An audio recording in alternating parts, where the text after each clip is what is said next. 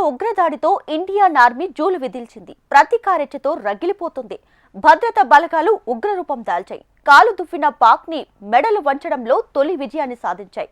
Special operation చేపట్టిన army దళాలు Lashkar-e Taiba top commander ను హతమార్చాయి. దీనికి కుతకుత ఉడికిపోతుంది పాకిస్తాన్. వెన్నులో వణుకు మొదలవడంతో ఆక్రమణ్ పేరుతో ఐఏఎఫ్ విన్యాసాలు చేపట్టింది పాకిస్తాన్ సైన్యం. దీంతో భారత్ పాకిస్తాన్ సరిహద్దుల్లో యుద్ధ మేఘాలు కమ్ముకున్నాయి. అటు ఉగ్రదాడితో తమ ఉపాధి పోయిందంటూ వైసరన్ వ్యాలీ వ్యాపారులు పాక్ కి శాపనార్థాలు పెడుతున్నారు. పరిస్థితులు ఇలాగే కొనసాగి యుద్ధం తప్పదంటే భారత్ పాక్ సైనిక బలబలాలు ఏంటి, ఎవరిది పైచేయగా ఉండనుంది? స్పెషల్ రిపోర్ట్లో చూద్దాం. జమ్మూ కశ్మీర్లో ఉగ్రవాదుల ఏరివేత షురు. ఉగ్రరూపం దాల్చిన భారత భద్రతా దళాలు. త్రాల్లో ఉగ్రవాది ఆదిల్ షేక్ ఇల్లు పేల్చివేత. లష్కరే తోయిబా టాప్ కమాండర్ హతం. భారత పోస్టులపై పాక్ కాల్పుల మూత. సరిహద్దులో యుద్ధ వాతావరణం. జమ్మూ కశ్మీర్లో ఉగ్రవాదుల ఏరివేత షురు అయింది. పహల్గాం దాడిలో 26 మంది భారతీయులను బలి తీసుకున్న ఉగ్రమూకలు మళ్లీ కవ్వింపు చర్యలకు పాల్పడుతున్నాయి. దీంతో భారత భద్రతా దళాలు ఉగ్రరూపం దాల్చాయి. జమ్మూ కశ్మీర్లో సెర్చ్ ఆపరేషన్ చేస్తున్నాయి. లోకల్ ఉగ్రవాదులను కూడా వదిలిపెట్టడం లేదు, కాల్చిపారేస్తున్నారు. ఈ క్రమంలోనే దక్షిణ కశ్మీర్లోని లష్కరే ఉగ్రవాదులకు సంబంధించిన ఇళ్లలో పేలుడు సంభవించినట్లు అధికారులు వెల్లడించారు. భద్రతా దళాలు తనను వెతుక్కుంటూ ఇంటికి వస్తారని అంచనా వేసిన పహల్గాం దాడి ఉగ్రవాది ఆసిఫ్ ఫౌజీ వారికి ట్రాప్ పెట్టాడు. అయితే త్రుటిలో ఆ ప్రమాదం నుంచి భద్రతా సిబ్బంది తప్పించుకోగలిగారు. అలాగే మరో ఉగ్రవాది ఇంట్లోనూ జరిగింది. దక్షిణ కశ్మీర్లోని త్రాల్కు చెందిన ఆసిఫ్ ఫౌజీ అలియాస్ ఆసిఫ్ షేక్, ఆదిల్ థోకర్ అలియాస్ ఆదిల్ గురి అనే 2 ఉగ్రవాదుల ఇళ్లలో సోదాలు జరపడానికి జమ్మూ కశ్మీర్ పోలీసులు వెళ్లారు. తనిఖీలు చేస్తున్న సమయంలో ఉగ్రవాదుల నివాసాల్లో అమర్చిన పేలుడు పదార్థాలు యాక్టివేట్ అయినట్లు గుర్తించారు. దీంతో వారు వెంటనే బయటకు రాగా కాసేపటికే భారీగా పేలుళ్లు సంభవించాయి. గాలింపు చర్యలకు వచ్చిన సమయంలో వారికి హాని కలిగించాలనే ఉద్దేశంతోనే ఉగ్రవాదులు ముందుగానే తమ ఇళ్లలో పేలుడు పదార్థాలు అమర్చి ఈ నివాసాల సమాచారం భద్రతా దళాలకు అందేలా ప్లాన్ చేసి ఉంటారని అనుమానిస్తున్నారు. ఆదిల్ 2018లో చట్టబద్ధంగా పాకిస్తాన్ వెళ్లి గతేడాది జమ్మూ కశ్మీర్కు తిరిగి వచ్చాడని, ఇన్నాళ్లు అక్కడ ఉగ్రవాద శిబిరాల్లో శిక్షణ పొందాడని అధికారులు వెల్లడించారు. జమ్మూ కశ్మీర్లోని పహల్గాం ఉగ్రదాడిలో పాల్గొన్న 3 టెర్రరిస్టుల ఊహాచిత్రాల్ని దర్యాప్తు బృందాలు విడుదల చేశాయి. వీరిని ఆసిఫ్ ఫౌజీ, సులేమాన్ షా, అబూ తాలాగా గుర్తించారు. మూసా, యూనిస్, ఆసిఫ్ అనే కోడ్నేములు కూడా ఉన్నట్లు పీటీఐ పేర్కొంది. ఆదిల్ థోకర్ అనే మరో ఉగ్రవాదికి కూడా వీరితో సంబంధం ఉందని తెలిపింది. వీరందరూ జమ్మూ కశ్మీర్ కేంద్రంగా పనిచేసే ది రెసిస్టెన్స్ ఫ్రంట్లో సభ్యులు. ఉగ్రదాడి నుంచి బయటపడిన ప్రత్యక్ష సాక్షులు చెప్పిన వివరాల ప్రకారం ఈ ఊహాచిత్రాల్ని గీశారు. టెర్రరిస్టులు పురుషులను వేరుచేసి వారి గుర్తింపులను పరిశీలిస్తున్న సమయంలో బాధితులు వారి ముఖాలను చూశారు. ఆ ఫోటోల ఆధారంగా వీరికోసం భద్రతా సిబ్బంది వేట మొదలుపెట్టారు. అయితే బందిపోరా ప్రాంతంలో భద్రతా దళాలు నిర్వహిస్తున్న స్పెషల్ ఆపరేషన్లో తొలి విజయం సాధించారు. ఉగ్రవాదులతో జరిగిన భీకర ఎన్కౌంటర్లో లష్కరే తోయిబా టాప్ కమాండర్ అల్తాఫ్ లల్లీ హతమయ్యాడు. ఏప్రిల్ 22న పహల్గాంలో జరిగిన టెర్రర్ అటాక్లో అల్తాఫ్ లల్లీ హస్తం ఉన్నట్లుగా సెక్యూరిటీ ఫోర్సెస్ గుర్తించాయి. దీంతో బందిపోరాలో దాక్కున్న పాక్ ప్రేరేపిత ఉగ్రవాదులను అంతమొందించేందుకు భద్రతా బలగాలు జమ్మూ కశ్మీర్ పోలీసులతో కలిసి సెర్చ్ ఆపరేషన్ మొదలుపెట్టాయి. ఈ క్రమంలోనే ఆ ప్రాంతంలో కార్డన్ సెర్చ్ నిర్వహిస్తుండగా ఉగ్రవాదులు ఒక్కసారిగా వారిపై కాల్పులకు తెగబడ్డారు. దీంతో అప్రమత్తమైన భద్రతా దళాలు వారిపై బుల్లెట్ల వర్షం కురిపించాయి. లష్కరే తోయిబా టాప్ కమాండర్ అల్తాఫ్ లల్లీ తీవ్ర గాయాలతో హతమయ్యాడు. పహల్గాంలోని బైసరన్ వ్యాలీలో ఉగ్రవాదులు మతోన్మాద దాడికి తెగబడటంతో భారత్ పాక్ సరిహద్దుల్లో యుద్ధ వాతావరణం నెలకొంది. ఈ నేపథ్యంలోనే పాక్ సైన్యం కాల్పుల విరమణ ఒప్పందాన్ని ఉల్లంఘించి హద్దులు మీరి ప్రవర్తిస్తోంది. ఎల్ఓసీ వెంట ఉన్న భారత పోస్టులపై కాల్పుల మూత మోగిస్తోంది. దీంతో అప్రమత్తమైన బీఎస్ఎఫ్ దళాలు కాల్పులను సమర్థవంతంగా తిప్పికొట్టాయి. ఈ కాల్పుల్లో 4 పాక్ సైనికులు ప్రాణాలు కోల్పోయినట్లుగా సమాచారం. ఇక జమ్మూ కశ్మీర్లోని బందిపురాలో భద్రతా బలగాలు ఉగ్రవాదుల కోసం చేపట్టిన సెర్చ్ ఆపరేషన్ కొనసాగుతోంది. పహల్గాం ఉగ్రదాడిని సవాల్గా తీసుకున్న భారత ప్రభుత్వం దీనిపై తీవ్రంగా స్పందించింది. ఉగ్రవాదుల ఏరివేతను కొనసాగిస్తోంది. దీంతో మన శత్రుదేశం పాకిస్తాన్ కూడా తన సైన్యాన్ని సరిహద్దుల్లోకి తరలించిందని అంతర్జాతీయ మీడియా నివేదించింది.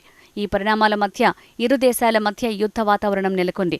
ఇప్పటికిప్పుడు యుద్ధమే వస్తే పాకిస్తాన్ను తలదన్నే స్థితిలో భారత్ ఉంది. Stockholm international peace research institute, global fire power వంటి సంస్థల నివేదికల ప్రకారం భారత అణ్వాయుధాల సంఖ్య 150 నుంచి 170 వరకు ఉన్నాయి. పాకిస్తాన్ వద్ద 140 నుంచి 150 వరకు ఉన్నాయి. జనాభా పరంగా భారత్కు 140 కోట్లు కాగా పాకిస్తాన్కు 22 కోట్లు మాత్రమే. భారత యువతలో సైన్యంలో చేరగల సామర్థ్యం ఉన్నవారి సంఖ్య 48 కోట్లు. పాకిస్తాన్కు అది 7.5 కోట్లు మాత్రమే. సైన్యంలో భారత్ వద్ద 14.4 లక్షల మంది సిబ్బంది ఉన్నారు. రిజర్వ్ దళాల్లో భారత్కు 28 లక్షలుండగా పాకిస్తాన్కు కేవలం 2 లక్షల మంది సైనికులే ఉన్నారు. భూతల సైనిక బలగాల్లో భారత్కు 4,500 ట్యాంకులు, 3,147 సాయుధ వాహనాలు, 4,158 శతఘ్నులు ఉన్నాయి. పాకిస్తాన్కు వీటి సంఖ్య తక్కువగా 2,182, 2,200, 1,240 వరకే ఉంది. వైమానిక దళం పరంగా భారత్ వద్ద 2,185 విమానాలు ఉండగా పాక్ వద్ద 1,281 మాత్రమే ఉన్నాయి. ఫైటర్ జెట్లు భారత్ దగ్గర 590 ఉండగా పాకిస్తాన్ వద్ద కేవలం 320 ఉన్నాయి. నావికాదళంలోనూ భారత్దే ఆధిపత్యంగా ఉంది. భారత్కు 2 విమాన వాహక నౌకలు, 16 జలాంతర్గాములు, 300కు పైగా నౌకలున్నాయి. పాకిస్తాన్ వద్ద ఈ వనరులు చాలా పరిమితంగా ఉన్నాయి. జలాంతర్గాములు కేవలం 5 ఉన్నాయి. విమాన వాహన నౌకలు అస్సలే లేవు. పోర్టల్ క్రాఫ్టులు, డెస్ట్రాయర్లు, కొర్వెట్టీలు వంటి ఆధునిక యుద్ధ నౌకల్లో బలంగా భారత్ ఉంది. ఇక యుద్ధమైతే భారత్దే పైచేయి అని నిపుణులు స్పష్టంగా అంటున్నారు. అంతేగాక ఆర్థికంగా కూడా భారత్ పాక్ కన్నా అనేక రెట్లు మెరుగైన స్థితిలో ఉంది. యుద్ధం జరిగితే పాకిస్తాన్ పూర్తిగా దెబ్బతినే అవకాశం ఉందని సర్వే సంస్థలే హెచ్చరిస్తున్నాయి. ఇంకా రష్యా, ఉక్రెయిన్ మాదిరిగా పాక్ కూడా తన కొన్ని ప్రాంతాలను కోల్పోయే ప్రమాదం ఉందని నిపుణులు చెప్తున్నారు. ముఖ్యంగా బలూచిస్తాన్ ప్రజలు స్వాతంత్ర్య పోరాటానికి సిద్ధమవుతుండటంతో పాకిస్తాన్ మరింత చీలిపోయే ప్రమాదం ఉంది. ఈ నేపథ్యంలో సైనిక, ఆర్థిక శక్తిలోనూ భారత్దే పైచేయి కలిగి ఉందన్నది సుస్పష్టం. ఈ సమయంలో పాకిస్తాన్ యుద్ధానికి కాలు దువ్వితే అది ఆ దేశ వినాశనానికి దారితీస్తుందని నిపుణులు హెచ్చరిస్తున్నారు. పాకిస్తాన్తో యుద్ధమే వస్తే భారత్ ఎదుట 4 మిలిటరీ ఆప్షన్లున్నాయని నిపుణులు చెప్తున్నారు. పహల్గాం దాడిలో ఉగ్రవాదాన్ని అణిచివేయాలని భారత్ కృత నిశ్చయంతో ఉంది. ఈ ఘటనకు ప్రతీకారంగా వెంటనే దౌత్యపరమైన ఒత్తిడి పెంచడంతో పాటు భవిష్యత్తులో ఆర్థికంగా కోలుకోకుండా చేసేందుకు సింధు జలాల ఒప్పందాన్ని నిలిపివేసింది. కానీ పహల్గాం ఉగ్రవాదులను మాత్రం వదిలిపెట్టకూడదని దేశవ్యాప్తంగా ప్రజలు డిమాండ్ చేస్తున్నారు. అయితే నేరుగా పాక్పై ఎలా ప్రతీకారం తీర్చుకుంటారు అన్నది ఇప్పుడు హాట్ టాపిక్గా మారింది. ప్రభుత్వం మాత్రం సైనిక చర్య అంశంపై చాలా సీక్రెట్గా వ్యవహరిస్తున్నట్టు తెలుస్తోంది. ప్రస్తుతం వాయుసేనలో ఉన్న అత్యాధునిక ఫైటర్ జెట్లు రఫేల్, మిరాజ్ 2000లను ఉపయోగించి పాక్లోని కీలక సైనిక కార్యాలయాలపై దాడులు చేయటం. అదే సమయంలో బాలాకోట్పై దాడి అనంతర అనుభవాలు పునరావృతం కాకుండా చూసుకోవాల్సి ఉంది. ప్రత్యర్థుల రక్షణ వలయాన్ని ఛేదించే సామర్థ్యాలు వీటికున్నాయి. కాకపోతే ఈ ఆప్షన్ను వాడితే అంతర్జాతీయ ఒత్తిడి ఎదుర్కోవటానికి భారత్ సిద్ధంగా ఉండాలి. అయితే తాజాగా సిమ్లా ఒప్పందాన్ని పక్కన పెడతామని పాక్ బెదిరించింది. దీని ప్రకారం నియంత్రణ రేఖను గుర్తించినట్లవుతుంది. ఈ నేపథ్యంలో భారత్ దూకుడుగా ఆపరేషన్లు చేపట్టే అవకాశం లభిస్తోంది. ఇటీవల ఎల్ఓసీ వద్ద పాక్ జరిపిన ఉల్లంఘనలు భారత్కు మంచి కారణాన్ని అందిస్తాయి. ఈ క్రమంలో ఉగ్రస్థావరాలను లక్ష్యంగా చేసుకుని ఆపరేషన్లు చేపట్టొచ్చు. కాకపోతే అత్యంత కఠినమైన భౌగోళిక పరిస్థితులు మన దళాలకు సవాల్గా మారొచ్చు. ఆపరేషన్లకు సుదీర్ఘ సమయం పట్టడం, ఇప్పటికే బలమైన పొజిషన్లలో పాక్ దళాలు ఉండటం ప్రతికూలంగా మార్చొచ్చంటున్నారు యుద్ధ నిపుణులు. భారీ టార్గెట్లను గుర్తించి సర్జికల్ స్ట్రైక్స్ చేయటం కూడా భారత్ ఎదుట ఉన్న మరో ఆప్షన్. కాకపోతే పాక్ అప్రమత్తంగా ఉండటంతో ఈ ఆపరేషన్లు దానిని షాక్కు గురిచేశాయంటున్నారు.